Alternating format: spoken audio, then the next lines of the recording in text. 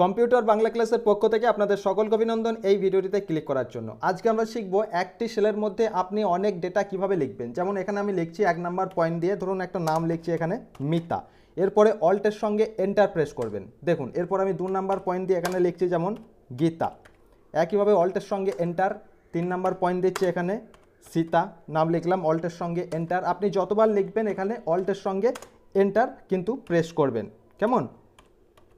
যেমন এখানে অল্টের সঙ্গে এন্টার দিলাম। 5 নাম্বার নাম লিখছি, একইভাবে এখানে ধরুন এখানে মিতা লিখলাম, অল্টের সঙ্গে এন্টার।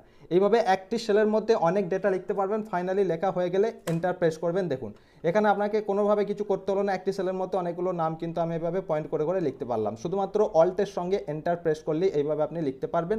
যদি ভিডিওটি ভালো লাগে লাইক করবেন, আর এই ধরনের আরও ভিডিও পাওয়ার জন্য কম্পিউটারের এক্সপার্ট হতে চাইলে চ্যানেলটিকে সাবস্ক্রাইব করে নোটিফিকেশন বেলটি অল বাটনে প্রেস করে রেখে দিন।